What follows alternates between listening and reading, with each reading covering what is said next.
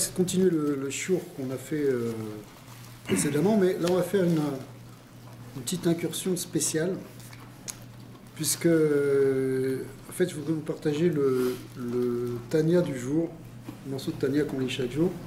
Ce matin en lisant ça, j'ai dit c'est pas possible, c'est lié avec ce qu'on est en train de voir ici dans le cours de l'Ikouté Halachot, donc a priori c'est deux sujets différents, mais en fait on va voir justement que dans le Chassidut tout a des liens. En fait c'est le début du Perek Kavav, le Perek Kavav du Tanya, où depuis quelques prakim en fait, la Nourazaken a expliqué dans un premier temps quelle différence il y avait entre le tzaddik, le rachat, le benoni, et quelle était l'avoda du benoni. Il nous a expliqué que cette avoda qui consiste finalement à ne pas laisser la place au Yetzara, c'est un avoda qui est faisable. Bien qu'on a tendance à se désespérer et se dire mais non, c'est pas possible, le Yetzara, je ne vais jamais le gagner. Tu n'arrives peut-être pas à le gagner, mais tu peux le repousser. Et ça veut dire que tu peux le repousser suffisamment pour que ça s'appelle que tu l'as gagné en fait. Si tu veux. C'est-à-dire que c'est lui, il va pas, tu vas lui laisser la place. C'est pas qu'il n'est pas là, mais si tu lui laisses pas la place. C'est quoi un rachat? Un rachat, c'est quelqu'un qui est dominé par son Yetzara plus que par son Yetzara Tov. Ça veut dire que les Hells Angels, c'est des Rechaïm. Je sais pas de qui tu parles, mais sûrement. Enfin, probablement, je sais pas qui c'est, mais pourquoi pas. C'est des gars avec les motos, tu sais. Ah, Hells Angels, oui, ouais. Ça c'est un exemple, par exemple. Ouais. En général, oui, c'est des Rechaïm. Alors, il dit comme ça. Maintenant qu'il a expliqué qu'on peut y arriver, il va donner un grand klal qui est très important et qu'il faut absolument retenir. Je suis en train de dire, oui, il faut que tu retiennes ce klal. Baram, qui gonda tsarik leodia klal gadol, il faut qu'on sache un grand klal. Qui kemo chez Nitzachon, le natsear d'avoir gashmi, quand on veut gagner physiquement un combat, kegon shne anashim amit avekim ze imze, par exemple deux hommes qui sont en train de lutter l'un contre l'autre, les apil ze et ze, ils font de la lutte, du catch, ils essaient de se faire tomber du judo, d'accord. Ine imaechad ube atzlut vechebedut yanutsar bekal. Si quelqu'un il se sent lourd, il se sent ouais, ça veut dire ils sont comme une flemme en lui, alors il va tomber facilement, il va se faire avoir. Bekal veipol gam imu gibor yoter michavero, même s'il est plus fort. Mais le fait que maintenant il a un coup de faiblesse, c'est un point faible. Kracha mamash benitzachon hayetzer. Alors quand on se bat contre le yetzer, yevshar lenatzro be'atzlut vechvedut animshachot me'atzvut ve'timtum alev ka'evel. Est-ce que Moshe Rabbeinu il avait été là? Non.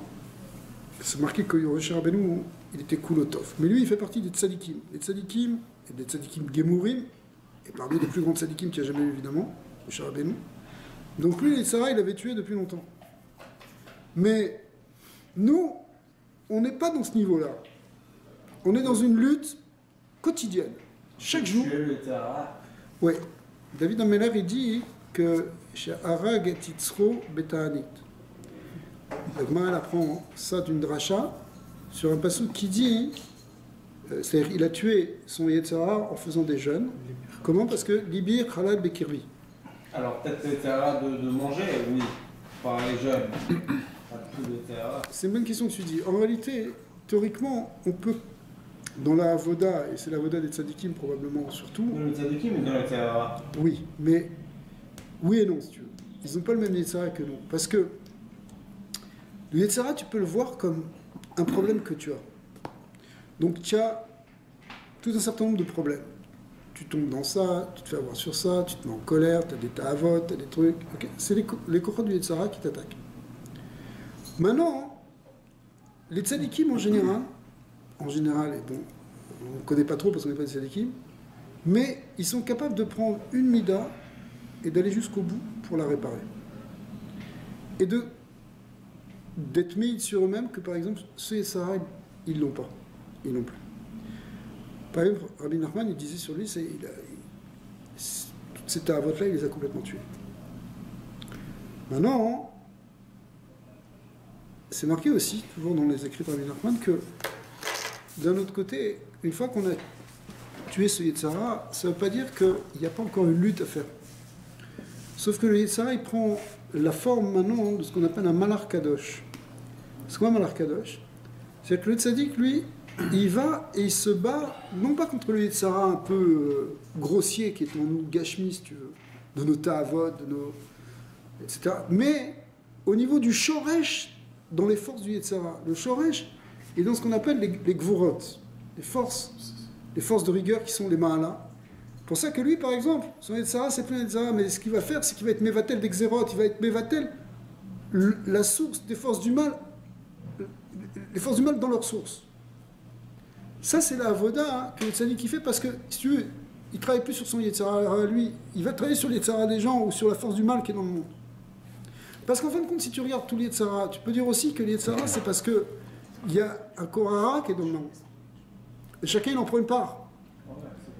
Alors, et les tzadikim, ils ont réussi à chasser complètement ça d'eux. Et après, ils sont capables même d'être métaken d'autres gens, d'aider des gens à se sortir de leur Yetzara. Donc, le rapport qu'ils ont au Yetzara, c'est pas un rapport personnel, si tu veux. C'est un rapport, au contraire, plus klali, plus pour s'occuper des autres. C'est quoi le timing de Motra ou bien tous les grands tzadikim qui ont 80 ans et sont tombés Excellent, excellent. C'est une très bonne question. Parce que Im Kolze, malgré tout, le corps de la Sitracha, il est tellement fort que tu sais pas par où. Tu sais pas par où, même si quelqu'un il est complètement libéré de tout, il sait pas s'il risque pas à un moment ou un autre de chuter. D'une manière très fine au départ, comme toujours. Pour ça que Moshe Rabbeinu, il avait peur d'aller chez Paro, jusqu'à ce que le Zohar ait dit comme ça, que Kadosh lui a dit, Bo El Paro, viens chez Paro parce que je serai là-bas, parce qu'il avait peur d'y aller. Il a fallu l'encourager pour y aller. Pourquoi? Parce que même lui qui était le plus sadique de tout ce que tu peux imaginer, il ne sait pas s'il arrive à ce niveau tellement fort de Sitracha, que Paro c'était le Tanin Agadol, c'était le chorage de la Klippa, que peut-être ça va le faire tomber. Ouais. Alors, Bekitsour, il peut y avoir... le rabbi de Lubavitch explique sur Jonathan Cohen Gadol qui est tombé au bout de 80 ans. 80 ans, Shimesh, qui est Cohen Gadol, et à la fin, Nasset Tzduki, il est devenu Apikors. Il est tombé dans l'hérésie. Mais ça veut dire quoi? C'est comme ça. Alors, le rabbi dit, si tu es Cohen Gadol avant, et qu'il était vivant, puisque normalement quand on rentre dans le Kodesh HaKodashim, donc ça veut dire que c'était un Tzadik Gamo, parce que s'il avait eu la moindre marche à Vazara, le moindre Inyan, il serait mort en sortant du Beth Amikdash, du Kodesh HaKodashim le jour de Kippour. Le jour de Kippour, le Kohen Gadol, il doit rentrer dans un état de pureté absolue. Donc ça veut dire que c'est un Tzadik Gamo. Et Mkolze, malgré tout, on voit que il est quand même tombé. Donc, un Tzadik Gamo, c'est quelqu'un qui n'a aucune tava pour le rat, au contraire, il est Moès le rat, ça le dégoûte. Et les tzadikim, ils entendaient parler d'une chose, ça les faisait vomir. Même ils n'ont pas vu, ils ont entendu parler d'une avéra, ils ne peuvent pas supporter, tellement ils sont dégoûtés du mal.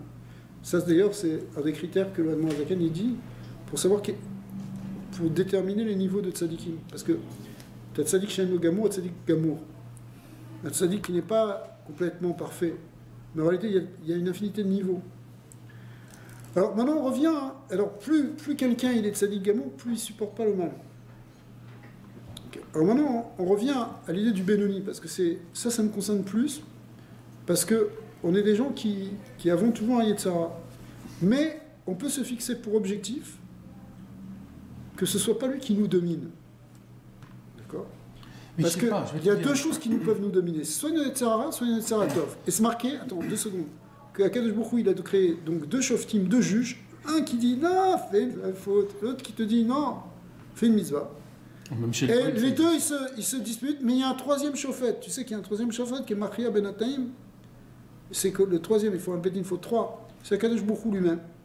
Et Akadosh Baruch Hu, il vient et il fait pencher la balance du côté du Yetzara Tov. Si on veut inviter Hachem, c'est pour ça que toute la chassidoute, elle consiste à développer notre conscience d'Hachem a invité Hachem dans notre existence pour qu'on ait une force pour que ce soit le Yetzer Tov qui l'emporte. Peut-être que vous pensez au troisième chauffette. Je t'ai vu ce matin, tu étais Bekavana avec tes filines.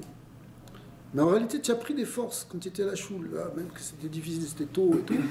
Tu as mis tes filines, tu as pris des forces pour la journée, pour pas que ce soit le Yetzara qui te domine. Si tu n'avais pas fait ça, peut-être que le Yetzara t'aurait fait tomber dans ça et dans ça et dans ça. Ok, Tu je vais te comprends? dire un truc. Moi, j'ai un truc et je vais te le dire honnêtement. Ça, c'est une vérité, ce que je te dis. Il y a une Goya qui voulait que je sorte avec elle. Mais il y a un truc en moi, dedans. Dès qu'il s'approche de moi, c'est comme si je sursaute. Voilà, c'est bon, parce que ça veut dire. J'ai pas ce Yetzara. T'as pas ce Yetzara. Je les vois, tu sais, je ne me touche pas. Ça peut être à cause de plein de raisons. Peut-être dans un guide précédent, tu as fait Messirut Nefesh. Alors maintenant, tu as acquis ça d'une manière naturelle. Je sais pas. Peut-être que tu es un tzaddik gamour aussi, et que tu nous l'avais caché. Je suis pas capable de tous les toucher. Ok, c'est très bien. J'ai l'impression d'avoir un animal devant moi. Bah, je te dis, c'est comme ça que je m'en sens. Ok, alors maintenant, on va continuer. On va continuer. Que nous, on est en train de se battre contre Yetzara. Mais si on est faible, c'est dire quoi être faible? Si tu te sens déprimé, aujourd'hui, tu n'as pas envie, fatigué, quoi ça sert? Ça, c'est un état où même si tu es fort normalement, tu es presque déjà à terre.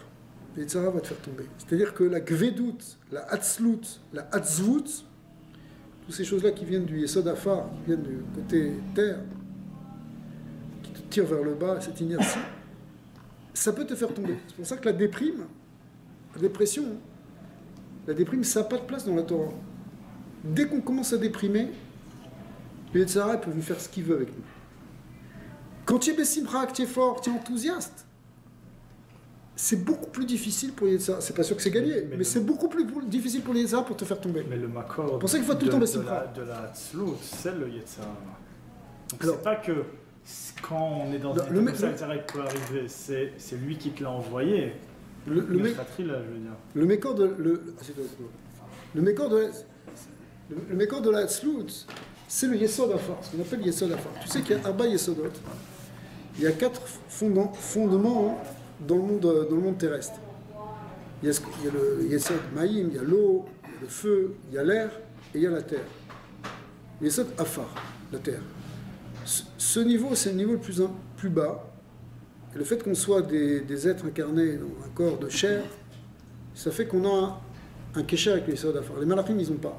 Les malachim, ils sont seulement leur gouffre, le gouffre entre guillemets des malachim, parce que c'est pas un gouffre comme nous, est constitué des shlosha yesodot de Maïm, Esh et Roar.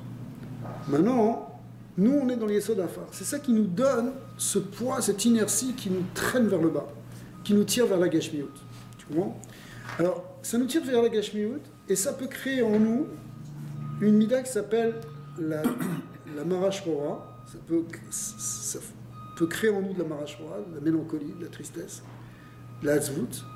Et une fois qu'on a cette Hatzvut, alors le Baal Shem Tov, il dit, c'est pas une Avera qui est marquée dans la Torah, mais c'est le chorage de toutes les Averot. C'est la racine de toutes les fautes, elle vient dans la tristesse. Parce que tu es déprimé, c'est là que tu vas tomber. C'est ce que dit Tania ici. D'accord?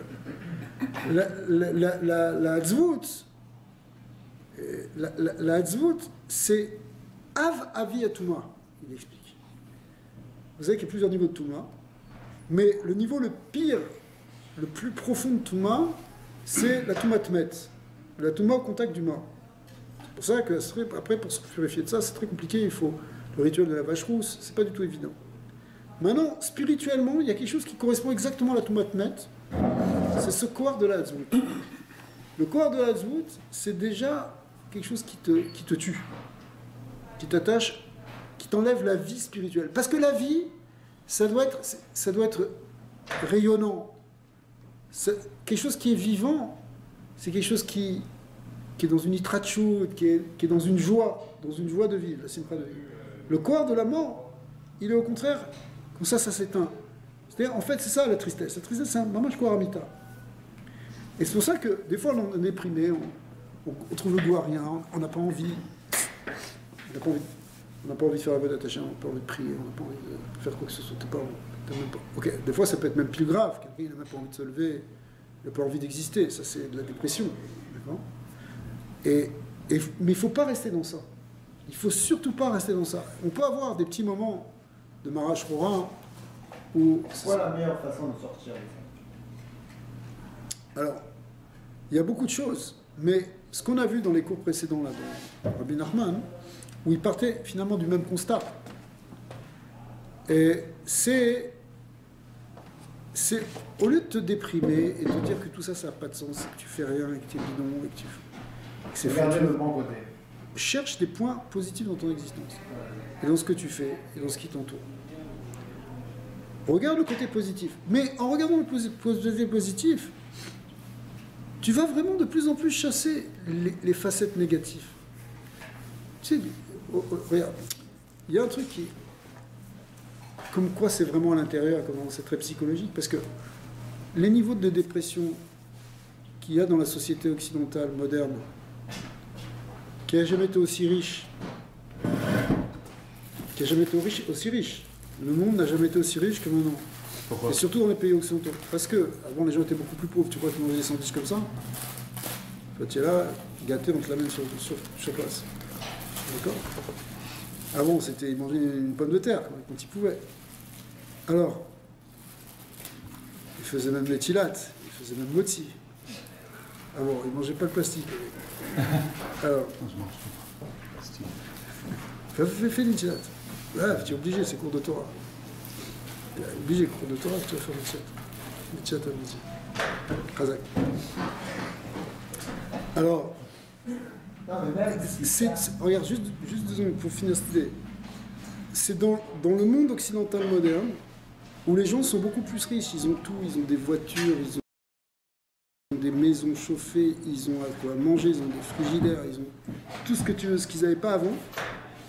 C'est là qu'on enregistre le plus grand taux de dépression.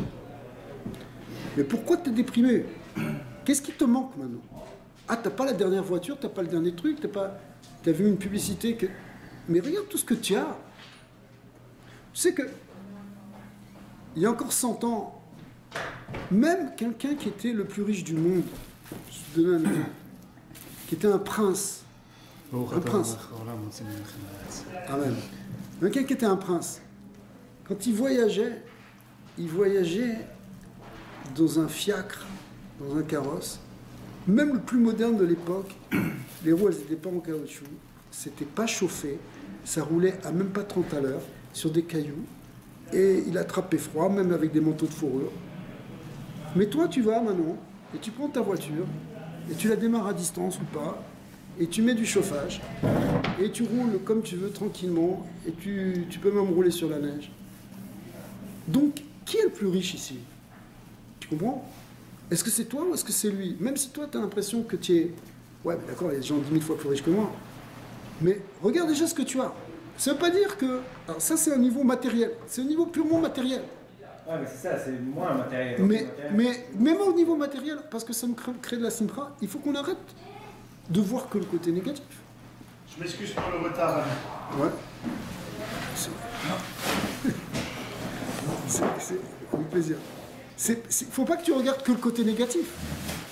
Non, mais c'est pas... Et au contraire, c'est ça, regarder les points positifs dans ton existence. C'est pas que tu regardes le côté négatif, c'est que tu regardes le côté positif et tu vois qu'il y a un négatif, alors automatiquement tu dis le positif, très bien, je suis super, mais il y a aussi le négatif. Ouais, mais tu es fixé sur le négatif, tu n'es pas fixé sur le positif. Ça, ce Parce qu'il te que dit ici, tu l'as. il faut que... Non, mais là, il Non, te mais dit, comment sois plus fixé sur le positif. Ok. Quand par exemple tu as fait un truc, tu as gagné, à la place de gagner 1000 $, tu as gagné 500 $. Automatiquement tu te dis, c'est vrai, j'ai gagné 500 $, mais je ne suis pas arrivé à 100. Ouais, j'ai compris. Ça ne veut pas dire qu'on n'a pas des frustrations. On n'est pas en train de dire que... Tu sais, ça c'est vraiment des niveaux, voire que du top, la Gamzol et Tova. C'est des niveaux, c'est des madrigotes, tout ça, tu as raison. Donc c'est sûr que nous, on est des gens simples, etc. Mais... est-ce qu'on va se faire avoir par l'Yetzara qui va nous déprimer, si tu veux? Tu comprends? C'est ça la question. C'est-à-dire, ok, tu peux avoir même, tu peux même être un peu ambitieux, te dire, voilà, je voudrais développer, je voudrais construire ma vie, etc., construire une famille. Ok, Évidemment, pourquoi pas, c'est tout à fait légitime. On t'a pas dit non plus, tu vois, c'est pas... Le judaïsme, c'est pas un truc où tu fais vœu de pauvreté, tu vas te mettre dans un monastère, c'est pas ça. Tu dois vivre, tu dois développer, au contraire, il faut faire grandir le bien dans le monde. Hein, il y a tout ça, il y a d'augmenter le bien et la richesse du monde, pourquoi pas. Mais le problème, c'est comment... Là, le sujet dont on est en train de parler maintenant, c'est quoi ton état psychologique de base, si tu veux? Est-ce que tu te sens... Dès que tu te sens déprimé, tu as ouvert une porte que Yetzirah, il va t'éclater. Yetzirah, il peut t'éclater ce moment, tu vois, vraiment. Donc, ça, c'est très important parce que...